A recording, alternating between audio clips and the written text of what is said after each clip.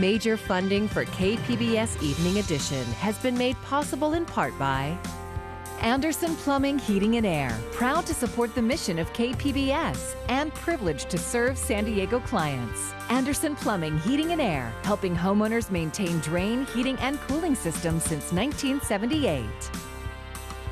And by the Conrad Prebys Foundation, Darlene Marco Shiley, and by the following.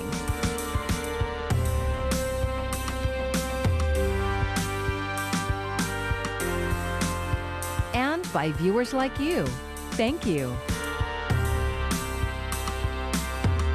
Good evening. It's Monday, August 17th. Thanks for joining us. I'm Maya Trabolsi, and today marks day 200 since the coronavirus pandemic hit San Diego County. And that milestone came with some good news. Governor Gavin Newsom says our county should come off the state watch list by tomorrow.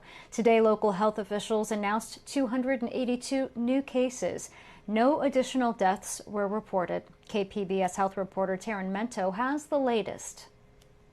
Well, good afternoon. Governor Gavin Newsom announced the first California county was officially removed from the state's watch list, but it wasn't San Diego. Santa Cruz on Friday was removed from the list. Local officials initially said San Diego met the criteria last week, but a state review found more backlogged cases that altered the rate and delayed our removal from the list. Newsom says it'll likely be just one more day. San Diego, we anticipate come off tomorrow based upon our analysis of the numbers, and we look forward to making that announcement. But San Diego County Supervisor Nathan Fletcher told San Diegans not to celebrate too much. But it is a moment to remind ourselves that the goal is not just to get below the list, the goal is to stay below the list. Which means that as soon as we come off the monitoring list, we have to have the same vigilance, the same focus, and the same effort to continue to keep our case count low. If the county remains off the watch list for 14 days, K-12 schools could open as soon as September 1st. But it's up to the districts to move forward with in-person learning. Public Health Officer Dr. Wilma Wooten says there's no path yet for businesses because the state is still crafting guidance. We know that there are some businesses that are low risk or lower risk and some that are higher risk. So what will be the guidance that we will get from the state will come as a result of collaborating and getting feedback from the health officers across the state. So until that happens, again, my constant statement is that we just have to be patient. In addition to the case rate, county hospitalizations for COVID are falling as well. The governor said that's happening statewide, and California's positivity rate is also decreasing. He says the additional nearly 15,000 positive backlogged cases didn't greatly affect those optimistic trends. Taryn Mento, KPBS News. San Diego city officials last week stepped up patrols in Ocean Beach to enforce mask wearing and social distancing. KPBS Metro reporter Andrew Bowen says that enforcement has been inconsistent. San Diego County is 5 months into the COVID-19 crisis, and at many beaches, things look mostly like they did before the pandemic. Some are wearing masks and being socially distant, but plenty others aren't. And while San Diego police are going out more often to encourage safer behavior, they're not handing out tickets anymore. Joel Day is coordinating the city's public health enforcement strategy. So our strategy is to do as much as we can to get people to come into voluntary compliance. We believe in personal responsibility. I think we all do. We understand that wearing a mask is somebody's personal responsibility. Then there's the case of Boulevard Fitness, a gym in University Heights that for more than a month has defied several orders to shut down its indoor operations. SDPD says it gave the owner a citation last week. But the gym was still open for business today, according to social media posts. Lauren Brown is a professor of public health at SDSU. She says when emphasizing personal responsibility fails and there's no enforcement to back it up, public health can suffer. And she says the failure starts at the national level. Because we're starting at the top with really poor high-level decision-making and infrastructure around how we're going to nationally handle this virus, we're not creating good policy at a local level to better manage how many people might be exposed at, say, something like a gym. The county's COVID-19 case rate recently fell below the threshold that put it on the state's watch list. So a crackdown on businesses or individuals flouting the public health order doesn't appear to be likely anytime soon.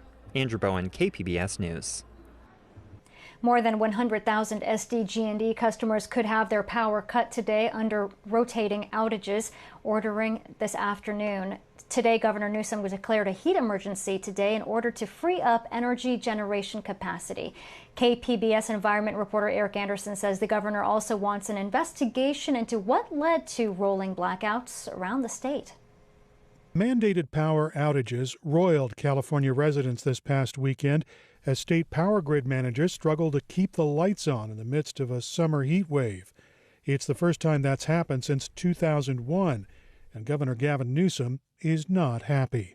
We'll get to the bottom of it, and that's why that investigation into what happens and its implications for the future will be done swiftly and immediately, and we will lay out in detailed terms what we're going to do to make sure this simply doesn't happen again. Newsom says the power grid operators' failure to anticipate the spike in demand and to meet that spike with additional resources is unacceptable and unbefitting of California.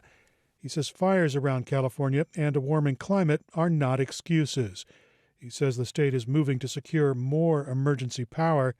That includes allowing businesses to run reserve generating facilities, even if those facilities cause more pollution. Even with all of that, we are likely to fall short, and we should see some episodic issues as it relates to supplying the coverage that you deserve and you demand. At a board meeting on Monday, members of the California Independent System Operator, called CAISO, criticized members of the California Public Utility Commission for not ordering them to buy more electricity. Energy analyst Bill Powers says the current power delivery system failed California. He says reserves on paper did not become reserves in real life. And Powers is not optimistic the governor's call for an investigation will be good enough. They peel back one or two layers of the onion, but they don't get deep enough to look at the institutional problems that expose us to these kinds of unexpected blackouts. It has nothing to do with climate change. Powers says the entire episode could have been avoided by better power management. Meanwhile, San Diego Gas and Electric officials say their customers can help relieve the pressure on the power grid. SDG&E spokeswoman Denise Menard says conservation is the key. Here at SDG&E, right, obviously we know that it's really hot outside and we don't want people to be sitting in their homes without their AC on, but we are asking people to conserve in every way that they possibly can. So if that's setting your AC to 78, let's try to do it. Menard says if local demand can be cut, that'll have a real impact on how the state's power grid handles the next few days. National Weather Service officials say the dome of hot air will likely sit over the region through Thursday. The power grid operators, CAISO, decides when a region like San Diego will have to resort to rolling blackouts and how long those power outages will last. SDG&E will track and report the location and duration of outages on their webpage. Eric Anderson, KPBS News. And SDG&E says the power outages should last about an hour. We have a link to the locations that may be impacted on our website, kpbs.org. Lawmakers will soon head back to Washington to scrutinize problems plaguing the post office. The move comes after the USPS warned states that mail-in votes are in jeopardy of disqualification due to lags in service. Whitney Wild has the latest from Washington. House Speaker Nancy Pelosi hauling the House back to the Hill. This isn't just about the election. It's about people's life-saving medication. It's about seniors who are trying to get mail from their loved ones. Democrats worry recent budget cuts at the United States Postal Service are designed to slow mail, especially ballots. Pelosi expects to call a vote on a measure to stop the agency from implementing changes. Democrats also want USPS leadership to appear in person to answer questions about new policies, such as removing high-speed mail sorting machines and no longer considering election mail a priority. We may believe that they're doing it to try to undermine an election. If they take out the over 600 processing machines, sorting machines that they want to take out, that could hamper our ability to get it done. The move comes as President Trump says he opposes billions in funding to help the agency manage a flood of mail-in votes. The president says he isn't trying to limit the agency, but instead hopes to rebuild it. It's been run horribly. and we're going to make it good. Now, what am I supposed to do? Let it continue to run badly? So if you fix it, they say, oh, he's tampering with the election. No, we're not tampering. Well, the president doesn't have a problem with anybody voting by mail. Several states are also considering legal action against the administration and the USPS, ramping up pressure on the Postal Service as the agency navigates a sea change in voting. In Washington, Whitney Wild, KPBS News. San Diego State University broke ground today on a major campus expansion and construction of a new stadium. KPBS reporter Jacob Ayer tells us the $88 million deal will change the landscape of Mission Valley. The purchase agreement for the Mission Valley Stadium site was approved by the San Diego City Council in June. SDSU officially took ownership of the site on August 14th. Gina Jacobs is the Associate Vice President of SDSU's Mission Valley Development and says the new Mission Valley Stadium site is now under construction thanks to the support from the San Diego community. San Diego voters approved the project when Measure G passed in 2018. This is a really exciting accomplishment. It was something that definitely took the entire community's commitment and the SDSU family to make it a reality. The Mission Valley site will include a multi-use stadium, satellite campus, commercial and residential units, and a park alongside the San Diego River. While Aztec Stadium is being built, crews will also begin developing a new San Diego River Park, which will become part of more than 80 acres of open space here. In the years ahead, we'll see a world-class innovation district where SDSU faculty and students, alongside industry and the public sector partners, they will conduct research into cutting-edge areas and critical issues of our time. The new Aztec Stadium will replace SDCCU Stadium and seat up to 35,000 people. The complex will include 4,600 market rate and affordable housing units and 95,000 square feet of retail space. I am excited that this project will provide more opportunities for students to attend SDSU, achieve their goals of higher education, have access to affordable and convenient housing opportunities, and contribute to more environmentally sustainable community. Aztec Stadium is expected to be ready by fall 2022. Completion of the entire project, which costs $3.5 billion, will take more than a decade to complete. Jacob Ayer, KPBS News. A very different feeling on local college campuses today as students started classes from home. University of San Diego, Point Loma Nazarene, and San Diego Community Colleges kicked off their fall semester today online. Now at this point, it's unclear when students will be allowed back on campus. And according to USD's website, full-time undergraduate tuition is more than $56,000 a year. Some students even started a Change.org petition trying to gather support for a price cut. I think I just speak on behalf of pretty much every student on campus when I say that we wish tuition wasn't this high right now, especially because of the circumstances. A USD spokesperson told our media partner KGTV that the pandemic has significantly impacted revenue. They also say administrators are taking pay cuts and there will be no employee raises as part of an effort to cut costs and continue funding student aid. A UC San Diego doctor at the center of an iNewsSource investigation violated several university policies while developing an experimental brain treatment. Now, that's according to a recent concluded university probe. iNewsSource investigative reporter Brad Racino has the findings. UCSD's two-year internal investigation focused on how Dr. Kevin Murphy used a $10 million research fund meant to study a novel brain treatment. The university sent a summary of its findings to iNewsSource. It said Murphy misused university resources to promote and benefit his private companies, falsely claimed ownership over an invention, provided patient care without authorization, and repeatedly violated policies about disclosing his business interests. Murphy's attorney, Mark Quigley, said he and the doctor dispute the findings. Because UCSD will not provide them with the actual investigative report, he said he plans to sue the University of California. Incredibly unfair to Dr. Murphy to publish this stuff without giving us the backup. My goodness. So we're off to the races, I suppose. The UCSD investigation did not address a number of the findings iNewsSource uncovered in our investigation this year called Rewired. Murphy is no longer employed at UCSD, but continues to grow his private brain treatment businesses around the country. For KPBS, I'm iNewsSource investigative reporter Brad Racino. To see all of the findings in UCSD's investigation, go to inewssource.org. iNewsSource is an independently funded nonprofit partner of KPBS. Did you feel it? A pair of earthquakes in Baja California this morning could be felt in San Diego and as far north as Fallbrook. The first quake was a magnitude 5.1 Templar and was felt at 8:30. The second, a 4.3 Templar, was felt about a minute later. Both quakes were recorded about 37 miles northeast of San Vicente, Mexico. USGS maps showed light shaking was felt from Alpine to Oceanside. No reports or injuries or major damage. A massive fire continues to burn in the Angeles National Forest after a series of lightning strikes stoked the flames. The lake fire, which started last Wednesday, is threatening 4,500 homes and buildings. Winds of 15 miles per hour are also pushing the fire uphill.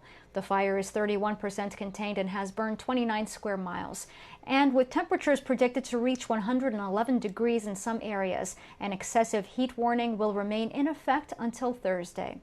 Mark Mancuso has your hot weather forecast.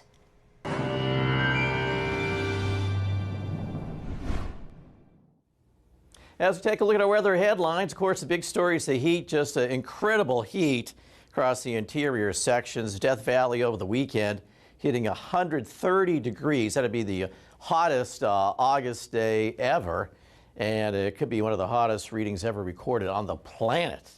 And you normally expect to see that type of heat in July, but in August, seeing heat like that, that's pretty amazing. Enough moisture for a spotty mountain storm. Lightning, gusty winds, big concerns with these storms, maybe igniting some fires. End of the week, perhaps not as hot. Couldn't get any hotter. And with all that heat, through Thursday, we do have excessive heat warnings, so make sure you hydrate, stay in the air conditioning. A little bit more tolerable near the coast, so that's why we don't have any warnings. And just enough moisture, if you look real close, you may see a spotty mountain storm try to erupt here. So there could be a few storms around the mountains during the day on Tuesday. For tonight, warm Borrego Springs at 83, Campo 68, El Cajon 72, 72 in San Diego and 67 in Oceanside. For tomorrow, well, the heat's here, upper high, but a little bit of moisture sneaking into the picture, so a few clouds to build up some maybe a spotty storm up in the mountains. Borrego Springs up to 113, Campo 104, El Cajon 101, Ramona 105, and Escondido's up to 99 degrees. And it stays scorching hot in the interior right through the middle part of the week. It'll be warm here near the coast, a few clouds in the morning hours. As we head to the inland sections, it's really hot. Temperatures close to 100 degrees. It's very warm in the mountains, too. Temperatures well up into the 80s. And as we take you to the deserts, very hot conditions continue. Temperatures coming down a couple of notches over the weekend. And for KPBS News, I'm meteorologist Mark Mancuso. Death Valley may have just broken a world record for the hottest temperature recorded in the world in more than 100 years. This thermometer says 133 degrees, but we're told there was a glitch in the display and it was actually 130 degrees.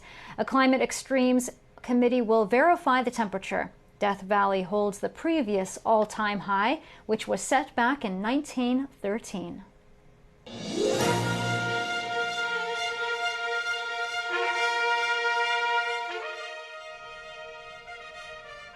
It's not the kind of showcase political parties traditionally host during a presidential election year, but the Democratic National Convention begins a week of speeches and virtual events tonight.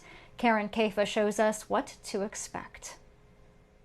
It is not the Democratic National Convention initially imagined, but from virtual setups across the country this week, the party will nominate and celebrate their 2020 ticket, former Vice President Joe Biden and Senator Kamala Harris. I'm in this race to win, and with that guy right there, and we're going to get it done. The opening night theme, We the People, leaning into an overall unity theme for the Democrats this week. My focus is going to be about the fact that we need to cross the river of our divides and get to a higher plane. We've got to come together as a nation, and I think you're going to hear that call. Bernie Sanders, who battled Biden from the progressive flank during the primary cycle, is among the Monday headliners. Donald Trump must be defeated. Biden must be elected. Also appearing Monday is 2016 Republican presidential candidate John Kasich and former First Lady Michelle Obama, who had one of the standout lines of the 2016 Democratic Convention. Well, our motto is, when they go low, we go high. Since Harris joined Biden on the ticket, they've coalesced around certain themes, including the former vice president's ongoing call that 2020 is a battle for the soul of the nation. The choice we make this November is going to decide the future of America for a very, very long time. But at the campaign's core now is trying to persuade voters they're best equipped to lead the U.S. out of the coronavirus pandemic. In Washington, I'm Karen Kafa. We are carrying the PBS NewsHour coverage of the Democratic National Convention on K1 KPBS. We will also carry next week's Republican National Convention.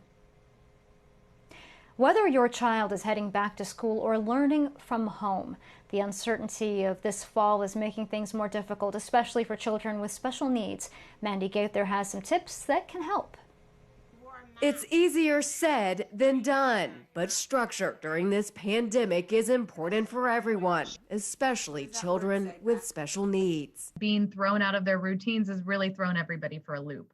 Nicole Hendricks is a psychologist with the Children's Healthcare of Atlanta's Marcus Autism Center. From masks to social distancing, she says knowing what to expect when starting back to school can help. I know it might seem silly to practice things whenever we're not in that context, but that practice helps us get more familiar and then makes it not so much of a shift in routine when we actually have to do those things out in public. Finding a mask to match their interests and gradually working up to wearing it longer can also help children to get used to them, says Cheryl Clayman, also of Marcus Autism Center. Sometimes the fabrics can be scratchy, sometimes they're really soft, sometimes the mask is too big, sometimes it's too tight, sometimes it's pulling the ears forward. So it might take some mask trial and error to find something that's going to work. And to parents everywhere, they say don't forget to give yourself some grace. We're not able to accomplish all the things that we want to accomplish. Kids are going to continue to make progress. We will continue to move forward. It's a hard time right now for everyone. For today's Health Minute, I'm Mandy Gaither. San Diego scientists have unveiled a secret of the universe. KPBS science and technology reporter Shalina Chetlani says UC San Diego physicists have shown how one of the smallest particles in the universe gets its mass. Everything in the universe has mass. It's how we exist, because if a particle doesn't have this property, it's theoretically disintegrating, shooting off into the abyss at the speed of light. But where does this mass come from in the first place? Scientists believe that the mass of different particles comes from their interaction with a field which is all pervasive, which is invisible, which is all pervasive, and it is sticky. Vivek Sharma is a physicist at UC San Diego. This energy field is called the Higgs field. In 2012, Sharma and his colleagues discovered particles in this field using this massive machine called the Large Hadron Collider. It's the world's largest particle accelerator. What physicists discovered in this accelerator are particles known as Higgs boson. Sharma says they are responsible for all massive, heavy objects in the universe. As you can see here, these beams of highly energetic particles are hitting each other, and a Higgs boson is produced. Now his lab has discovered that this field and its particles also give mass to the universe's tiniest substances. Our research has shown that Higgs boson is also the god of small things, that it gives mass to not just heavy stuff, but also some light stuff like the electron. Sharma says understanding the nature of mass and the universe's fundamental particles will help scientists understand how we exist. Understanding the nature of mass, of fundamental particles, is crucial to understanding how this universe came to be. Sharma says he plans to use this finding to continue studying the nature of mass in the universe's tiniest entities. Shalina Chatlani, KPBS News. Here is another look at today's top stories. Governor Newsom says San Diego can expect to come off the state watch list tomorrow. Now, that doesn't mean restrictions will be lifted. We are still waiting for guidance from the state. Today, county health officials announced 282 new cases. No additional deaths were reported. Today, more than 100,000 SDG&E customers could lose power as rolling blackouts are ordered. A statewide flex alert calling for residents to voluntarily conserve electricity is in effect through Wednesday. State officials are asking everyone to avoid air conditioning above 78 degrees and put off using major appliances until 9 p.m. And today, San Diego State University broke ground on its Mission Valley project. It's been in the works since San Diego voters approved Measure G in November 2018. The City Council approved the sale of the stadium property to SDSU for $86.2 million in May. SDSU closed escrow on the 132-acre property last week. You can find tonight's stories on our website, kpbs.org/evening edition. Thank you for joining us. I'm Maya Trabulsi. Have a great evening.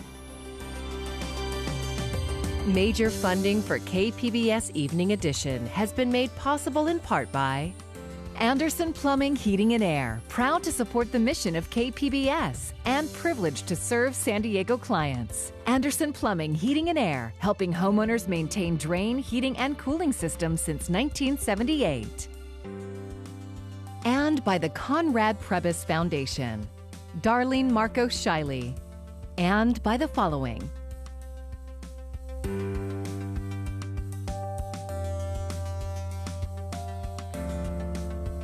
And by viewers like you.